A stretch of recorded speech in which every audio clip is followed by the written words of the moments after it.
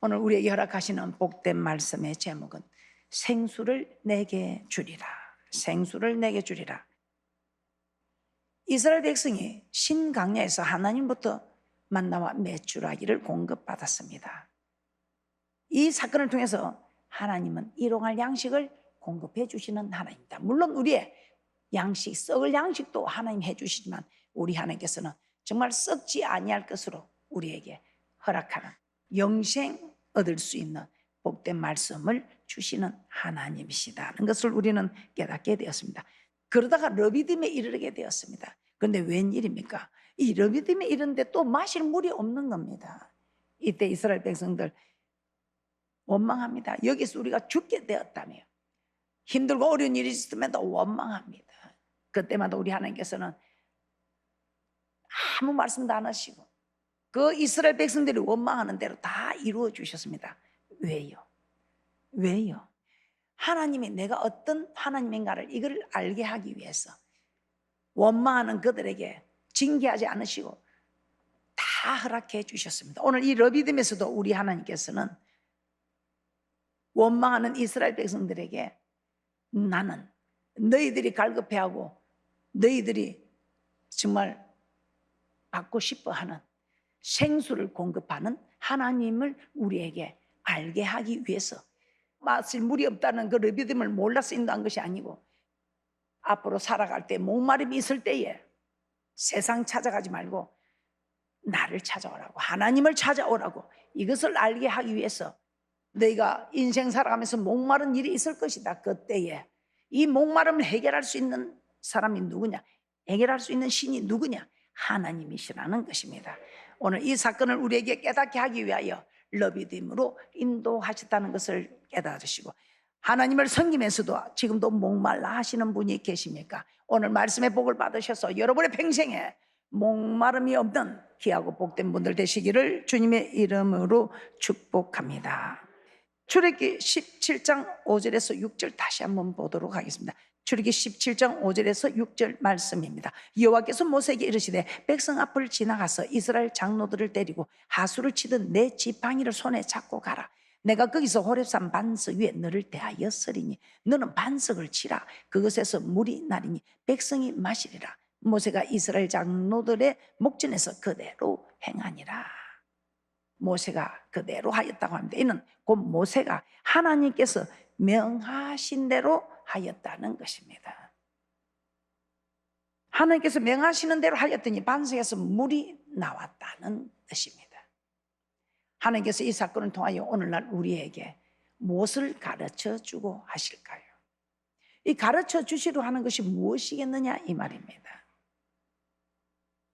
오늘 하나님께서 우리에게 가르쳐 주시고자 하는 말씀은 첫 번째입니다. 예수 믿는 사람들도 목마름으로 고통받을 수 있다는 것입니다. 모세가 반석에서 지팡이를 쳐서 물을 낸 사건을 사도 바울은 고린도전서 10장에서 이렇게 말씀합니다. 고린도전서 10장 4절입니다. 반석을 치라. 반석에서 물을 내어주신 하나님. 그런데 이 반석을 신약에 와서 고린도전서 10장 4절에서는 이 반석을 그리스도라고 말씀하고 있습니다. 이 반석에서 나온 물을 신령한 음료라고 말씀하고 있습니다. 반석에서 나온 물을 신령한 음료라고 합니다. 고린도전서 10장 4절입니다. 고린도전서 10장 4절입니다. 다 같은 신령한 음료를 마셨으니 이는 저희를 따르는 신령한 반석으로부터 마셨으며 그 반석은 곧 그리스도시라. 예, 신령한 음료를 마셨답니다. 그런데 이 신령한 음료는 신령한 반석으로부터 나온, 이 반석은 그리스도라고 하는, 그리스도로부터 나온 신령한 음료라고 말씀하고 있습니다. 이스라엘 백성에게 물을 내게 한 반석은 신약에 와서 그리스도라고 합니다. 그러면 오늘날 예수 믿는 우리도 물을 마시지 못하면 목마름으로 인해 고통받을 수 있다 이 말입니다. 그 이스라엘 백성들 물을 마시지 못하여 고통스럽습니다. 누구에게로부터 나오는 물이라고 합니까? 그리스도에게로부터 나오는 신령한 음료, 신령한 반석으로부터 얻은 신령한 음료. 이 신령한 음료를 먹지 못하니까 목마름에 원망하고 불평할 수 있다는 것입니다. 그런데 웬일입니까? 예수 믿는 우리도 이 생수를 공급받지 못하면 목마름으로 원망할 수 있다는 것입니다. 그래서 우리는, 예수 믿는 우리는 이스라엘 백성처럼 원망할 것이 아니라, 내가 신령한 음료를 마시지 못하고 있구나 생각하시고, 그래서 내가 목마름의 고통을 받고 있구나 생각하시고, 신령한 음료를 마셔서 목마름을 해결하는 귀하고 복된 분들 되시기를 주님의 이름으로 축복합니다. 자, 이 사건을 보면서 우리가 너무 잘 알 수 있는 것이 요한복음 4장 사건입니다. 요한복음 4장에 수가성 여인이 나오고 있습니다. 요한복음 4장에 예수님께서 수가성에서 한 여인을 만나서 대화를 나누는 장면이 나오고 있습니다. 자, 여기서 이 수가성 여인은 누구입니까? 우리는 이 수가성 여인이 이방인인 줄 알았습니다. 그런데 웬일입니까? 이 여인은 이방인이 아니라 하나님의 백성이라는 것입니다. 이 수가성 여인, 이방인이 아니고 하나님의 백성. 자, 먼저 수가성 여인 지리적으로 한번 살펴보겠습니다. 이 수가성 여인 지리적으로 볼 때도 이 여인은 이스라엘 나라 안에 살고 있었습니다. 자, 본문에 보면 예수님은 사마리아에 있는 수가라는 동네에 이르니 그곳은 야곱이 그 아들 요셉에게 준 땅이 가깝고 또 야곱의 우물이 있더라고 합니다. 우리 예수님께서 유대를 떠나 갈릴리로 가시고자 합니다. 그런데 유대를 떠나 갈릴리로 가시면 반드시 사마리아를 통과해야 합니다. 그런데 사람들은 그 사마리아를 지나가기 싫어서 지름길을 두고 둘러가고 있습니다. 그런데 우리 주님은 둘러가지 않고 바로 지금 통과하고 있습니다. 요한복음 4장 5절에서 6절 말씀입니다. 요한복음 4장 5절에서 6절입니다. 사마리아에 있는 수가라는 동네에 이르시니 야곱이 그 아들 요셉에게 준 땅이 가깝고 거기 또 야곱의 우물이 있더라. 예수께서 행로의 고나이 우물 곁에 그대로 앉으시니 때가 제6시쯤 되었더라. 6시는 정오 12시를 말하고 있습니다. 자, 이스라엘은 솔로몬 이후로 남유다와 북이스라엘로 나뉘게 됩니다. 그런데 이 사마리아는 북이스라엘 지역에 있는 수가, 북이스라엘 지역에 있는 사마리아의 지역의 한 성, 수가성입니다. 그리고 야곱이 그 아들 요셉에게 준 땅이 가깝게 있었다고 합니다. 그러므로 이 수가성은 지리적으로 봐도 이스라엘 나라 밖이 아니라 이스라엘 나라 안에 있는 이스라엘의 땅이었다 이 말입니다. 그래서 이 수가성 여인이 지리적으로 볼 때 이스라엘 나라 땅에 살고 있는 이스라엘 백성이었다 이 말입니다. 그리고 이 수가성 여인을 역사적으로도 한번 살펴보겠습니다. 조금 전에도 말씀드렸지만 이스라엘은 솔로몬 이후로 북이스라엘 10지파 북이스라엘과 2지파 남유다로 나뉘게 됩니다. 그런데 북이스라엘은 BC 722년에 아수르의 멸망을 당합니다. 남유다 2지파는 바벨론의 멸망을 당하게 됩니다. 그런데 이 북이스라엘을 멸망시킨 아수르, 이 아수르는 북이스라엘 사람들을 강제로 이방인들과 결혼을 하게 합니다. 아수르 남자들과 북이스라엘의 여인들과 강제 결혼을 시켜서 혼혈 민족이 되게 합니다. 그로 인해서 남유다 백성들은 북이스라엘 사람들을 이방인 취급하며 상종도 하지 않았던 것입니다. 그러므로 북이스라엘 사람들 역사적으로 볼 때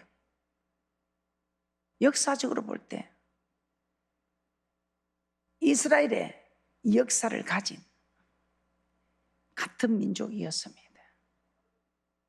그러므로 이 수가성 여인 역사적으로 볼 때도 이방인이 아닙니다. 이스라엘 백성이요 하나님의 백성이었던 것입니다. 그리고 이 수가성 여인 혈통적으로도 한번 살펴보면 하나님의 백성이었습니다. 혈통적으로 볼 때도 하나님의 백성이었습니다. 수가성 여인은 우리 조상 야곱이 이 우물을 우리에게 주었다고 우리 조상 야곱이라고 말씀하고 있습니다. 요한복음 4장 12절입니다. 요한복음 4장 12절입니다. 우리 조상 야곱이 이 우물을 우리에게 주었고 또 여기서 자기와 자기 아들들과 짐승이 다 먹었으니 당신이 야곱보다 더 크니까. 야곱을 우리 조상이라고 합니다. 야곱의 아버지가 누굽니까? 이삭입니다. 이삭의 아버지는 누구입니까? 아브라함입니다. 아브라함은 이스라엘의 민족의 시작인 믿음의 조상입니다. 그런데 이 수가성 여인 야곱을 자신의 조상이라고 합니다. 그러므로 이 여인은 혈통적으로 봐도 아브라함의 후손인 하나님의 백성이었던 것입니다. 수가성 여인 고백하는 그 고백을 봐도 하나님의 백성임을 알 수 있습니다. 지리적으로 역사적으로 고백하고 있는 이 고백하는 사건을 통해서도 수가성 여인은 예수님과 대화를 할 때에 고백하는 이 말씀을 통해서도 이 여인은 하나님의 백성이었던 것을 우리는 알 수가 있습니다. 요한복음 4장 25절입니다. 요한복음 4장 25절입니다. 여자가 가로되 메시아 곧 그리스도라 하는 이가 오실 줄을 내가 아노니 그가 오시면 모든 것을 우리에게 고하시리다. 이 여인은 자신들을 구원할 그리스도가 오실 것을 알고 있고 믿고 있었던 것입니다. 오늘날 우리는 오신 그리스도를 믿고 있지만 예수님이 오시기 전 이스라엘 백성들은 앞으로 오실 그리스도를 믿고 있었던 것입니다. 그들도 메시아를 기다린 그리스도를 믿고 있었던 것입니다. 우리는 오신 메시아 그리스도를 믿고 그들은 아직도 메시아 될 그리스도인을 기다리고 있습니다. 그러면 이 여인의 고백을 통해서 볼 때도 수가성 여인은 하나님의 백성이었음을 알 수 있다는 것입니다. 오늘 이 수가성 여인 우리와 동일한 하나님의 사람입니다. 하나님의 사람이었음에도 불구하고 만족을 얻지 못하여 남편을 통하여 목마름을 해결해 보려고 하고 있습니다. 오늘 예수 믿는 성도들도 예수님 한 번만으로 만족이 안 되니 세상 것을 통해서 만족을 한번 얻어보려고 하는 일은 없으신가요? 세상은 만족을 줄 수 없습니다. 먹어도 목마른 것이 세상입니다. 세상에서 만족을 줄 수 있었다면 솔로몬은 이런 이야기를 하지 않았을 것입니다. 전무후무한 솔로몬, 자기 눈이 원하는 것, 마음에 즐거운 것을 다 따라 해본 어디 사람들에 가서 도와달라고 뭘 구해볼 뭐가 아무것도 없이 모든 것이 다 풍족하고 자기 하고 싶은 대로 다 할 수 있었던 솔로몬. 이 솔로몬이 세상에서 만족을 얻지 못했다면 얻지 못한 것입니다. 대단하지 않습니까? 눈이 원하는 것, 마음이 즐거워하는 것을 다 따라 해봤지만 만족이 없었다는 것입니다. 전도서 1장 2절입니다. 전도서 1장 2절입니다.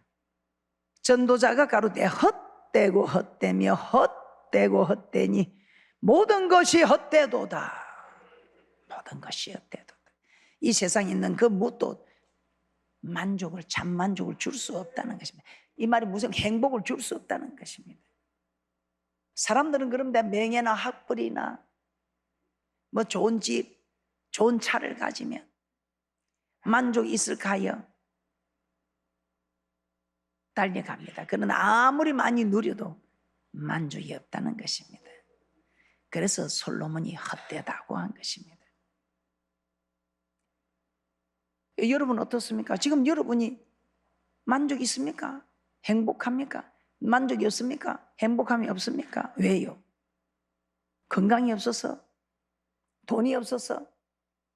학벌이 없어서? 좋은 집이 없어서? 좋은 직장이 없어서? 사업 때문에? 여러분이 살아가면서 만족이 없고 행복하지 못한 것은 건강이 없어서가 아닙니다. 물질이 없어서가 아닙니다. 학벌이 없어서도 아니고 실력이 없어서도 아니고 건세가 없어서도 아닙니다. 오늘 잘 들으시고 말씀을 아는 것으로 여러분이 그치지 마시고 정말 말씀을 깨닫고 지키는 복된 분들 되셔서 여러분에게 참 만족을 주시는 하나님께서 여러분에게 만족과 행복함을 허락하는 그런 귀하고 복된 분들 되시기를 주님의 이름으로 축복합니다. 그래서 저는 오늘 하나님을 소개합니다. 하나님만이 생수의 근원이 되시는 분임을 여러분에게 소개합니다. 요한복음 4장에서 예수님은 사마리아 지역에 있는 수가성에 가서 한낮에 12시에 우물에서 물을 기는 한 여인을 만납니다. 이 여인은 죄가 많아서 남편 5이 만나 살아도 만족을 못하고 6번째 남자하고는 살아보고 결혼할까 싶어서 지금 시험삼아 살고 있는 여인입니다. 그러니 많은 사람이 손가락질하니까 아침 저녁으로 시원할 때 물을 길러 오지 못하고 아무도 오지 않는 햇볕이 쨍쨍한 정오 12시에 우물에 물을 기르러 갔습니다. 그때 우리 주님께서 그 여인에게 물 좀 달라고 합니다. 그러니 이 사마리아 여인이 아니 당신은 유대인인데 어떻게 사마리아인 여자 너희들이 상종치도 않은 사람 취급도 안 하는 나한테 물을 달라 하느냐 이렇게 물어봅니다. 그러나 예수님은 그 여인에게 이렇게 말합니다. 내가 누구인 줄 알았다면 네가 내게 오히려 생수를 구하였을 것이다. 그러면 내가 네게 생수를 주었을 것이다.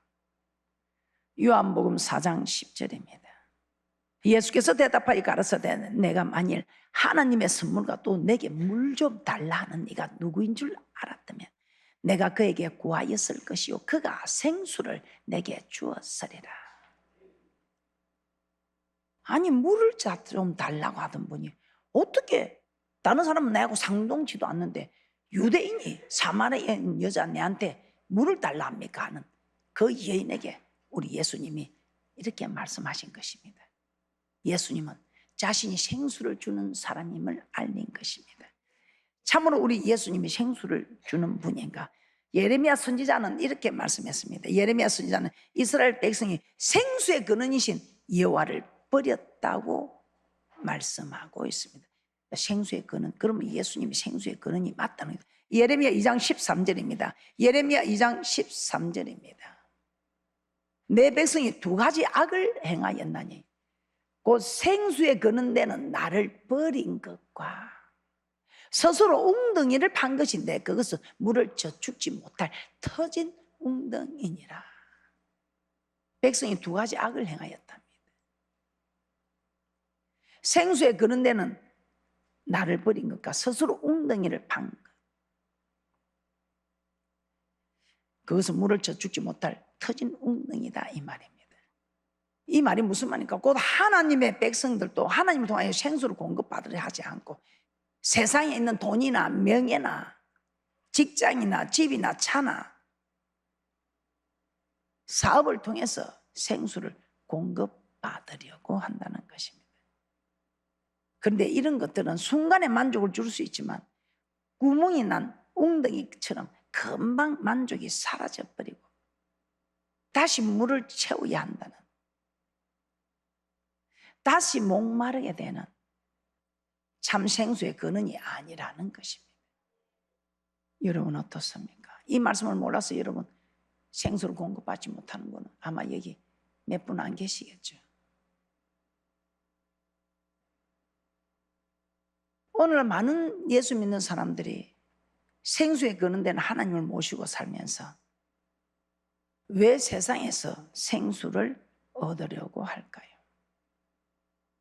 그럼 왜 저들은 세상에서 생수를 얻으려 할까? 생수 받는, 공급받는 방법을 몰라서 그러는 것은 아닐까? 자, 그러면 우리는 생수를 공급받기 위해서 어떻게 해야 하는지 한번 말씀을 통해서 살펴보도록 하겠습니다. 생수를 공급받는 방법 말씀을 드리겠습니다. 생수를 공급받는 방법 첫 번째입니다. 성전으로 나와야 합니다. 오늘 또 우리는 생수를 공급받기 위해서 이렇게 성전으로 나왔습니다. 생수의 근원이 하나님이라고 했습니다. 그런데 그 생수의 근원 되시는 하나님이 어디 계신다고요? 성전에 계신다. 솔로몬은 성전을 건축하고 난 뒤 성전은 주께서 영원히 거하시는 처소라고 했습니다. 열왕기상 8장 13절입니다. 열왕기상 8장 13절입니다. 내가 참으로 주를 위하여 계실 전을 건축하여 싸우니 주께서 영원히 거하실 처소로소이다. 그리고 하박국 선지자는 오직 여호와는 성전에 계신다고 말씀합니다. 하박국 2장 20절입니다. 하박국 2장 20절입니다. 오직 여호와는 그 성전에 계시니 온 천하는 그 앞에서 잠잠할지니라. 그래서 제가 그러죠. 여러분의 각인대로 여호와는 성전 안에 계시도다. 여호와는 성전 안에 계시도다. 우리 아름다운 찬양단은 꾀꼬리 같은 소리로 우리 주는 성전 안에 계시도다. 우리 주는 성전 안에 계신다고 찬양을 하시더라고요. 하나님이나 주님이나 성전 안에 계신다는 것입니다.